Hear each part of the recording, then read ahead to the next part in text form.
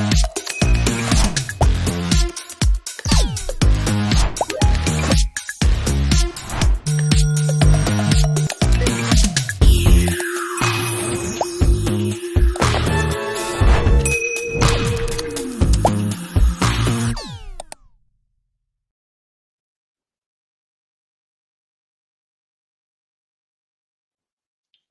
right.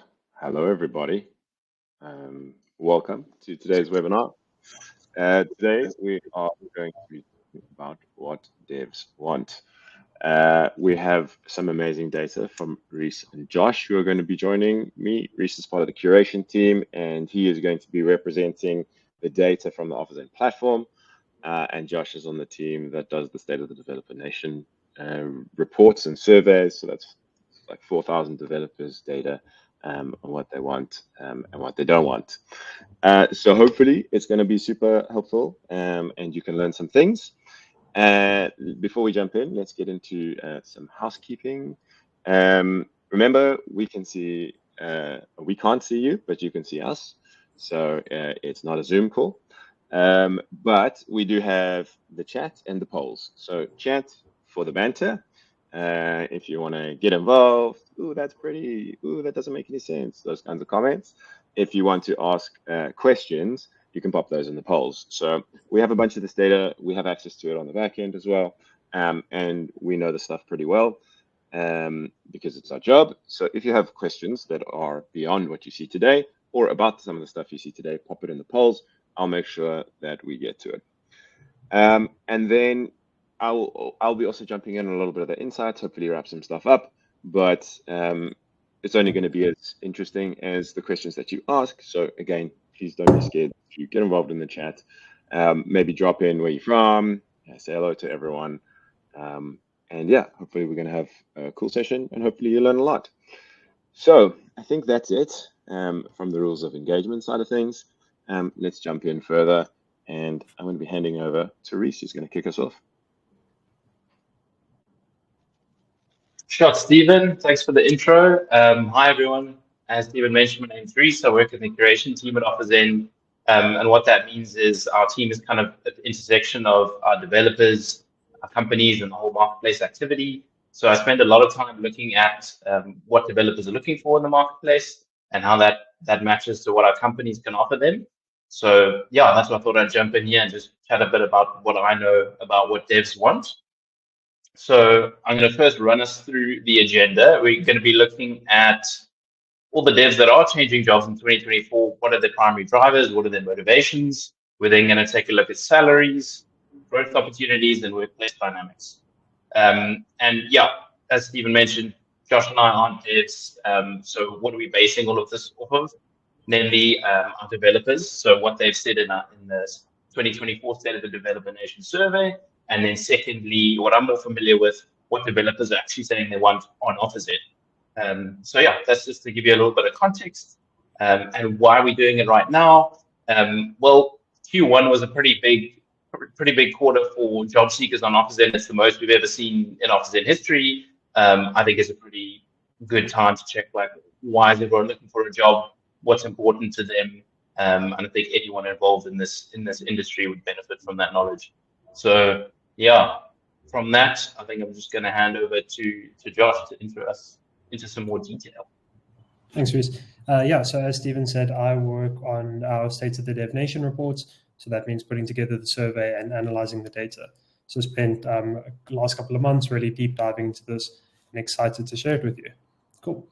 So I think before we dive in, I think it's just worth talking about the importance of having this data. We all know devs we all speak to devs about why they're changing, but having good, reliable data helps us see the trends that are behind the anecdotes. So today we're going to be looking at devs' top 5 reasons for leaving, or 4 of them.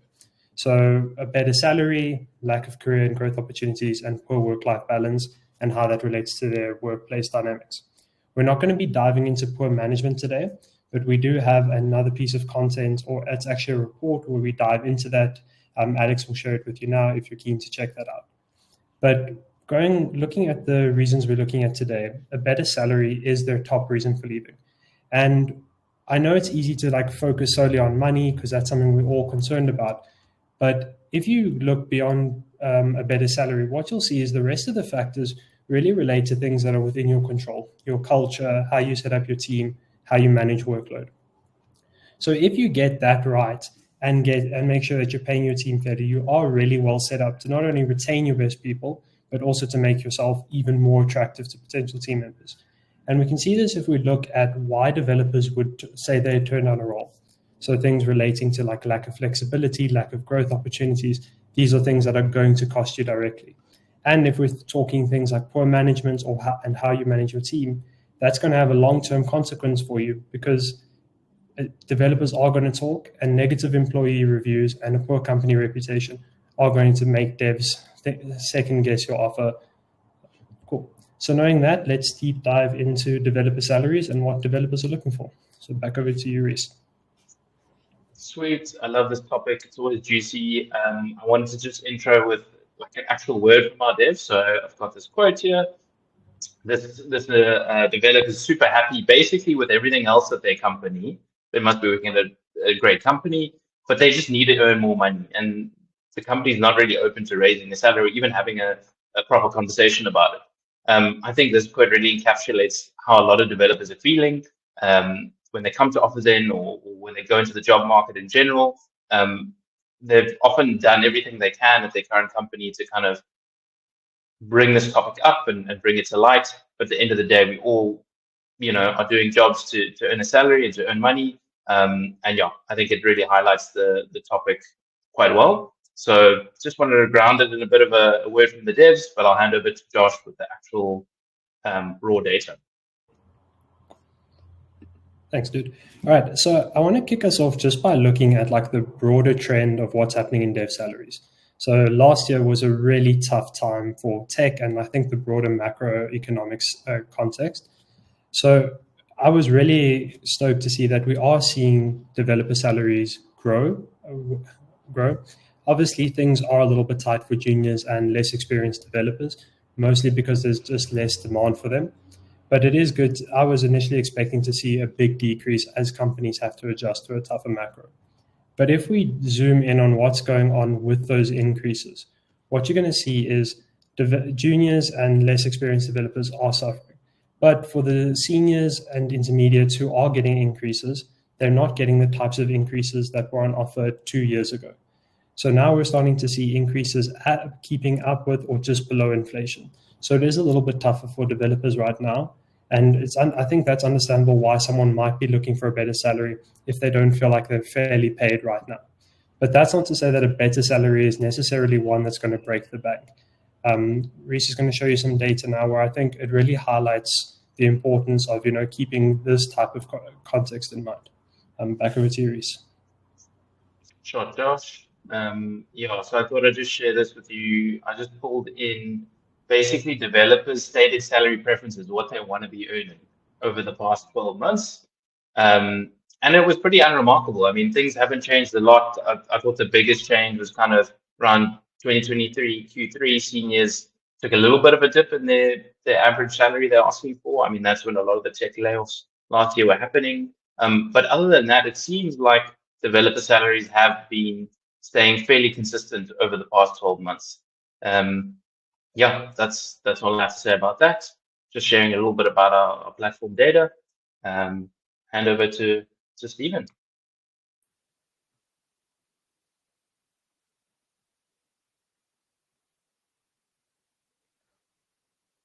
Stephen, I don't know if we can hear you. Josh, can you hear? I'm on mute now. I also can't hear. Can you hear me now? Apologies. Sorry, as I was trying to say, when we think about salary, we think about it in a coherent whole. And there's a question that someone asked, which I'll get to in a second. But as we were showing, developers care about salary, but it is seen in combination with a bunch of other things. What's on the screen here is the salary guidance tooling within OfferZen. So a lot of the times, developers are blaming us for trying to push their salaries down, and companies are blaming us for trying to push their salaries up. right? Because companies want to pay less, developers want to earn more. We're a marketplace. We make money when people interact and when they transact and when people get placed, and that happens when there's fit, when it's fair. And I think that's important for us to continue to drive, not only at a salary level, but also at this combination of what it means to you as a software developer to join this company. So you'll see throughout this kind of presentation today that we're moving towards a world in where we're trying to manage expectations and create visibility and kind of structured data of what people want, what people can afford, and trying to match people up kind of with each other. So we have one of these tools within the product, which is the salary guidance tool. It helps candidates understand what they're asking for. So this kind of education of, look, this is what your salary, what's happening in the market. It's no longer the world that it used to be in 2021. So you can expect salaries accordingly, and the same for companies. We actually have a developer benchmarking report, which you can go and check out, which Alex will share with everybody, or has shared, I'm not sure. But basically, it's to give people this idea of what's happening in the market, what's happening in the macro. And on this fit question, there is an answer to the question while we're at it. So the question we got when someone was RSVPing, whoever it was, thank you. You can claim it in the chat if you want. But people are asking, how do local companies offer competitive salaries in the market competing with international firms? The short answer is you don't. You cannot compete with AWS. You cannot compete with Google. You cannot compete with these companies.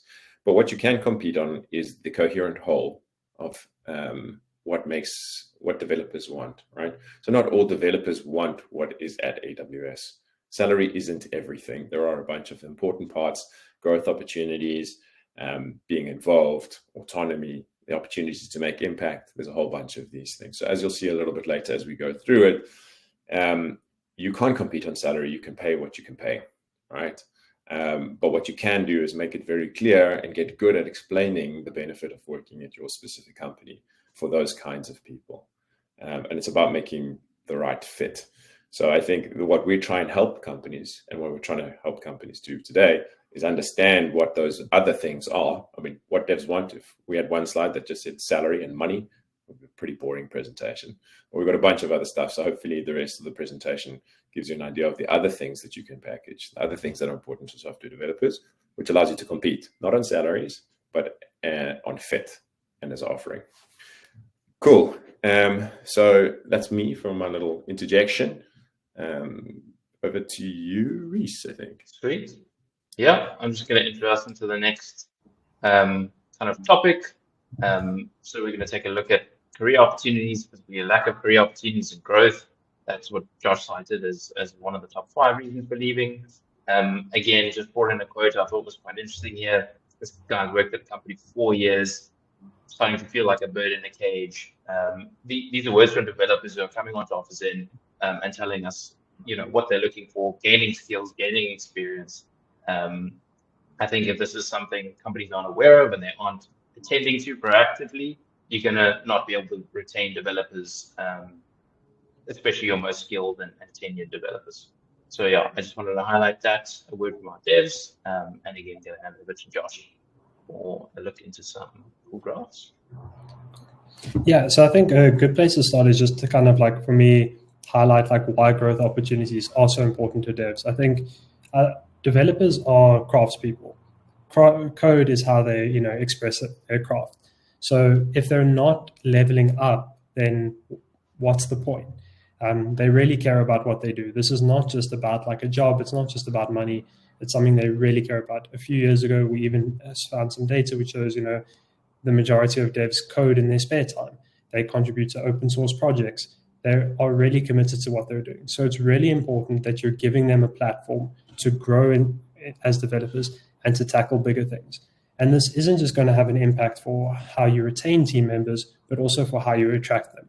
So here we have some data showing devs' top monetary factors that they'll consider when assessing your offer.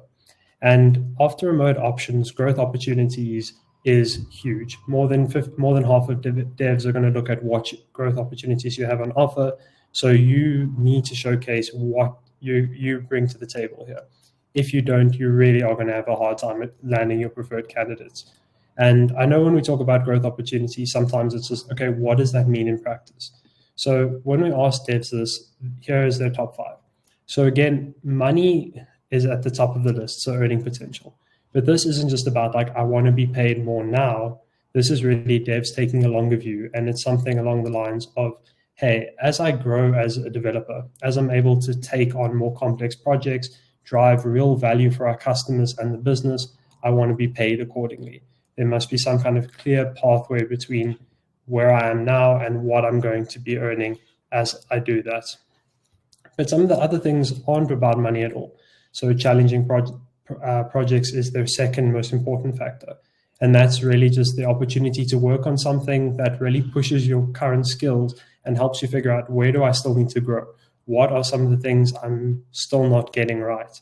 If you're able to offer that, you really are in a good position to not only keep your people, but also attract new ones. Then for your juniors, if you're hiring juniors or you want to grow your juniors, you need to be offering things like mentorship. The best way to learn as a junior is to work with someone more experienced. Also giving people the opportunity to work with new languages and frameworks, just so that they can stay on the cutting edge of what they love doing, which is coding. And although it's less important, if you're able to give people a well-defined career path, something which shows them where they can go if they stick with you and level up as they plan to. Yeah, back to you. I just wanted to jump here on the new languages and frameworks. I just pulled this data from our platform preferences. This is essentially like the top 10 languages developers in 2024 want to be working with. This is kind of what you're going to see on candidate profiles. So it's not necessarily obvious that developers want to work with a range of technologies. Typically what they'll do is say, hey, this is what I'm skilled in, this is what I've got the most experience in. But I mean, as the future marches on and AI sort of infiltrates its way into the industry, a lot of developers are looking to become more well-rounded. So the more opportunities you can provide to expose developers to different kinds of tech, it doesn't mean changing your tech stack. It could just be providing a little bit of budget for learning and development. The better off you'll be at retaining those devs. I just wanted to show you kind of on offers then what the current lay of the land is. So, I mean, most developers on the platform also have some sort of experience with JavaScript. There are a ton of frameworks there to sort of consider and play around with. At least have that conversation with your dev team if you haven't. What is their opinion on what might work best for them and for the business? Cool. I think that's it on career growth. Thanks, Reece. Like I said earlier, it's not just about the salary. That's it. I see some people are interested in getting involved in the company side benchmarking stuff. If you are interested in chatting to me, I'll give you a call. We are beating the company side benchmarking. So what you're able to do is, like, one of your positions on offers and get benchmarked information back. It's kind of in beta. If you're interested, just drop it in the chat. Just ping me or just say, like, yes, I'm interested, and I'll ping you afterwards.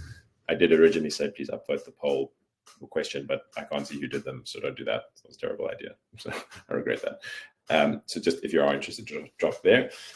What I'm showing you on the screen is basically, there's a link. If you can drop it.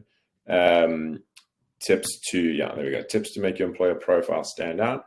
But basically what I was saying earlier is there's a bunch of stuff you can do. Salary is one of them. We package salary upfront on offers, and when you make an interview request, you kind of say the salary, and a candidate makes it clear what salary they're expecting. As part of the kind of table stakes, we believe in a good open discussion about fit. The other thing that's important to do is make sure that you are communicating what is important to you. Put your values on your website, put it on your offers in profile, put not the perks, the coffee table or the foosball table and all that kind of stuff, but what actually is meaningful to a software developer and their journey. And while I'm talking about that, I'm going to grab this other question that came from Ivan, I'm not sure how you say it. Let me see if I can live onto this thing. Just quickly, don't know. The question is, what does a well-defined career path look like in a small startup, small business? For example, the whole company is 30 people, team of 5 devs. So I'm going to answer this like as a kind of product person who's run engineering teams of around this size and with a VP of Eng. So it may be there's some caveats there. But what I would say is that it depends, which is a very cop-out type answer.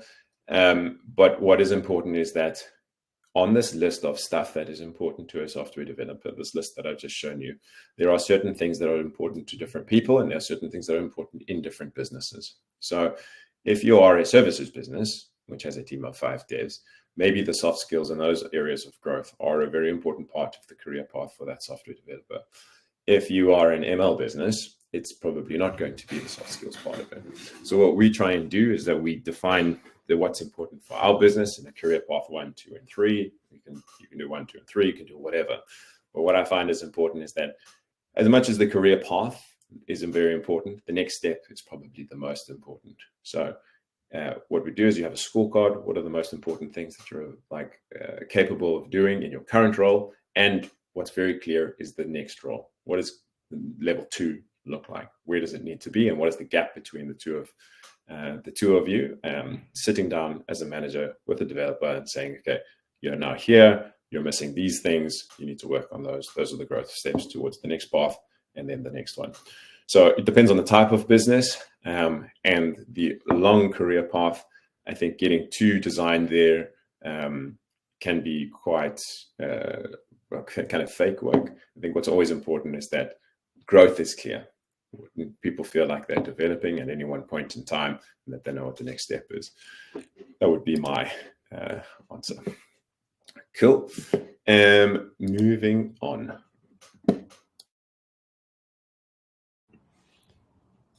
Okay, we can take a look at poor work-life balance as the final reason for leaving for developers. So primarily that refers to remote, hybrid, in-office kind of workplace dynamics. This quote isn't as cool, but it highlights the fact that developers often have a preference, as stated on their profile or in the job search. But there is also some sort of flexibility. So this developer prefers to have a work from home job, or working in an office if it must is not a problem. I think it just highlights the fact that you need to be flexible and have a little bit of compromise. So someone applying to your company, what are they looking for? What can you offer? And find a happy medium. Josh is going to take us through some of the data around that. Cool.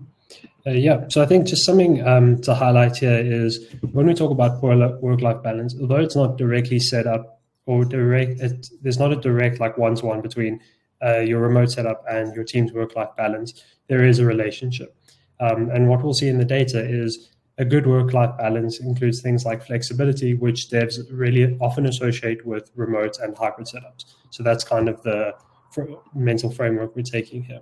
So I think a good place to start is also just highlight, like, we are seeing a slow return to office over the past 12 months. So nearly 17% of devs have lost their fully remote status.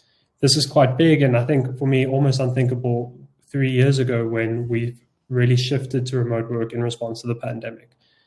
Now that we're seeing this, companies and devs are going to have to navigate conversations about, all right, where are we going with our work setup? What does this look like? So one of the things we're seeing is almost all South African devs still have some form of remote work, whether that be fully remote or hybrid. But we are seeing hybrid overtake remote as the most common workplace policy, with nearly half of devs in a hybrid setup. At the same time, devs are starting to favor fully remote a lot more. So last year, it was pretty much an even tie between hybrid and remote, with hybrid just having the edge. Now that we're seeing more devs go back into the office, they are starting to miss the perks of fully remote, and it's made fully remote the most desired remote policy in 2024. So navigating that is going to be really important, not just for keeping your team members, but what this means for their work-life balance and how they feel about their work-life balance. So handing over to Reece, just kind of where he'll talk about what devs on the platform are expecting.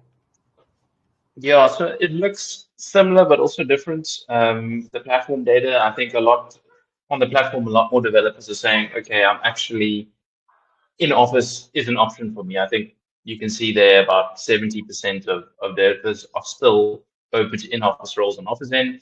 Although when you start to get to more media and senior level people, yeah, they tend to want some sort of flexibility, whether that's 1 day a week at home or fully remote. Really depends candidate to candidate. Juniors tend to be a little less picky. I mean, there's just there's less demand for them on offers in, and yeah, a lot more junior developers coming into the market. So I don't think they can afford to be as picky at this point in time. Yeah, so that's a little bit about what's on the platform. I'll hand back over to Stephen. So actually, me, just one last slide when we're talking about all good, Reece. So I think when we're talking remote, I think it also helps to understand why remote matters to developers, not only for choosing your own policy, but for navigating those conversations. Now, I think the two big ones are cost savings and no commute. Not having to travel into an office can save you a lot of money. Also, not having to commute means sometimes up to an extra hour, hour and a half in the morning, an hour, hour and a half in the evening, depending on where you live. In Joburg, that's kind of what a lot of the people I know are looking at. So, that can mean like more time with family. It could also just mean more time to actually focus on your work. You got some time before you stand up. But what's interesting to me is that devs say it gives them better productivity when they're working from home, a better work-life balance, and what they're really after, flexibility, which is the control over how you work and when you work. So I think just keep this in mind, even if you're not, even if you are thinking about bringing people back to the office a little bit, just keep this in mind and see, can you provide these things to your team, even if it's not in a fully remote setup. Cool. Over to you, Stephen. Cool. It's actually my turn now. All right. So we talked quite a bit of remote. I was actually at a conference yesterday called Running Remote. And what was interesting at this conference about remote is that there were 3 talks about return to office. So I think the reality of the situation in the remote world is that there is going to be some combination of how this all fits together, and there are trends which companies need to adhere to. And I think during COVID days, it was kind of cowboy country. And now people are starting to realize what it means to have people out of country, to use EORs, whether that means whether those are policy problems for companies. So there's that whole point of is it in-country remote versus not kind of out-of-country remote.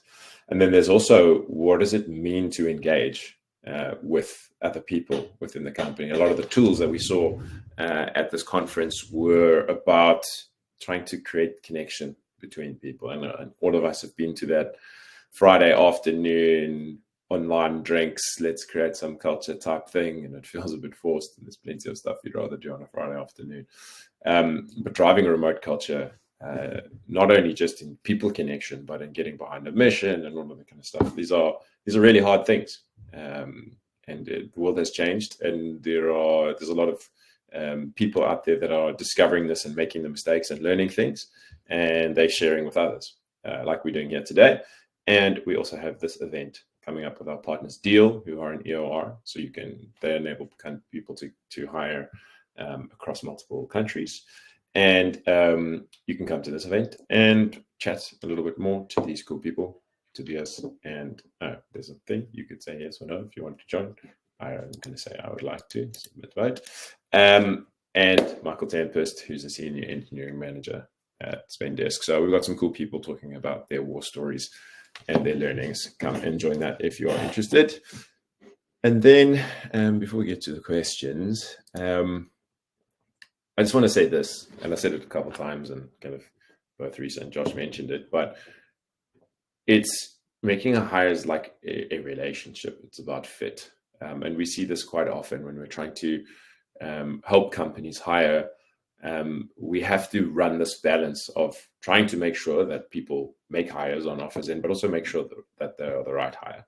That's why we offer companies a guarantee, so that if the hire doesn't work out, then they get their money back essentially on offer in.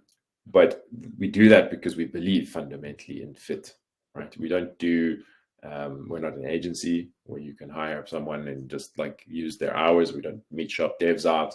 We are a place in which you find a fit, like a long-term commitment. And what is really, really important there is that both you as a developer or you as a company member explain and are honest and open about what you offer and what you don't offer, where you have strengths and where you have weaknesses. And the better that we all get at doing that, the more we have fit, the more we can unlock our potential. Because if you are even kind of still learning as a developer, but you're in the right place, then you can have a lot of impact. So remember that, is that the game is not to outbid and outcompete. It's about finding the right fit. And that's hopefully what we've tried to share here. So hopefully you can use some of those.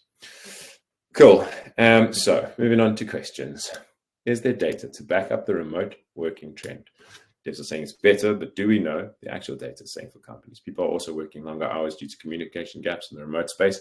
And could this affect work-life balance? So devs are saying it's better, but do we know what the actual data is saying? So there is something. Josh, do you have the Sankey at hand? Maybe that one might be useful. Yeah, let me get a quick. Do you want to answer that question, Josh, or do you want me to explain it quick? Yeah, so just for the first bit, we don't have data on what companies are saying, but you're definitely right. People could be working longer hours because of those miscommunication gaps, and that will affect work-life balance. I think it's more around how devs are thinking about this. If you at home, you have a little bit more control over things, you might say that's a better work-life balance, even if you are working longer hours.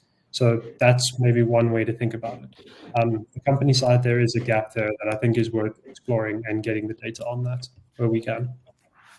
Cool. Yeah, maybe, Josh, if you can maybe look for the Sankey, and I don't know if we have remote policy by seniority. I don't know if you can share that, but let me just explain what the Sankey is. So basically, what we've seen is that a lot of developers are saying that they are more interested in going more remote, so more hybrid, like hybrid devs wanting to go remote. And what we also asked devs during the survey, how has your workplace policy changed? And it's moved more towards, so remote companies have become more hybrid and hybrid have become more in office. So the trends are opposite what devs want and what's actually happening in the market from the data.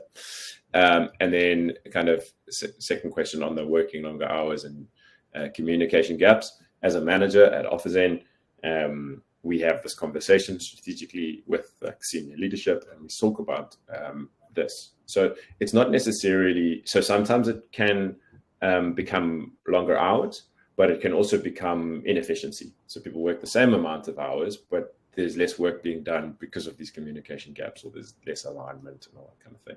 This is a big topic at this conference that I was at.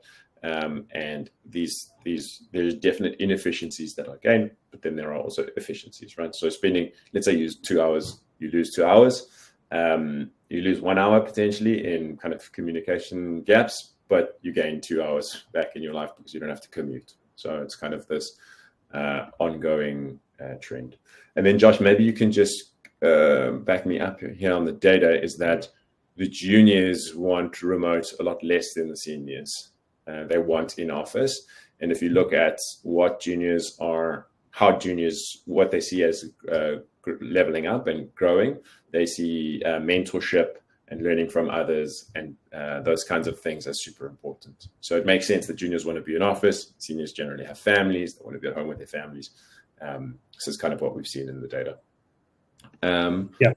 Josh, so the loading, but yeah, you're right. We are seeing like juniors preferring in office more, seniors and tech leads really having a clear preference for fully remote.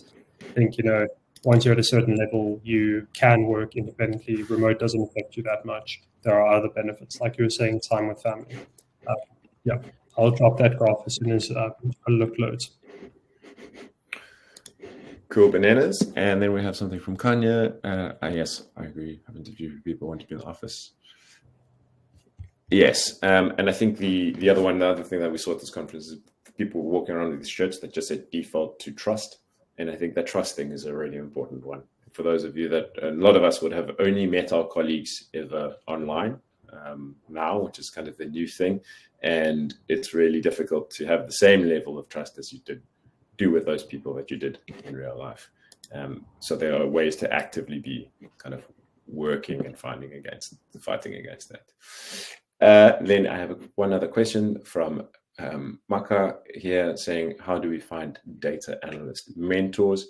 What I would suggest is that you go to the ZA Tech Slack group. There's a mentoring channel on ZA Tech. You can just Google zatech.co.za or type into a browser. Don't think you have to Google it. And you can go ask in the data channel or the mentoring channel. We also have a developer mentoring.guide, open source repository for people that want to get involved in mentoring others, if you want to go check that out as well. I think that's all the questions. Reece, we've been answering a bunch. Is there anything you want to add to the things we've been saying? I prefer in office, just as a matter of preference. I mean, office is fully remote. But why do you prefer it, Reece? I guess because I'm a junior. I don't know. And I live close to the office. Is there anybody else in the office?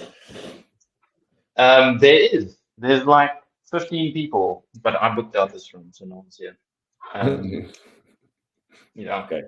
And Josh, you prefer from home? Look, I would come into the office if I was closer, but obviously I'm in a completely different city, so remote has its perks for me. Yeah. Can't get to the office anyway. Yeah, I think access to talent is another whole story. Okay, folks, if there are no more questions, I want to thank all of you for coming. There's a bunch of resources and events and stuff that you can be involved in. I hope it was useful for you. Remember, it's not about competing and beating the competitor. It's about finding the right fit, right? We don't want to optimize, be authentic, tell people what you can offer, tell people what you can't. And hopefully it works out in the right way, and then you'll both have a great time. So cool. I think that is it. And I'm going to say thanks to everyone for coming, and we hope to see you at one of the next events. Thanks, Reece and Josh, for your time. Appreciate all the input, boys. No worries. Thanks. Cheers, everyone.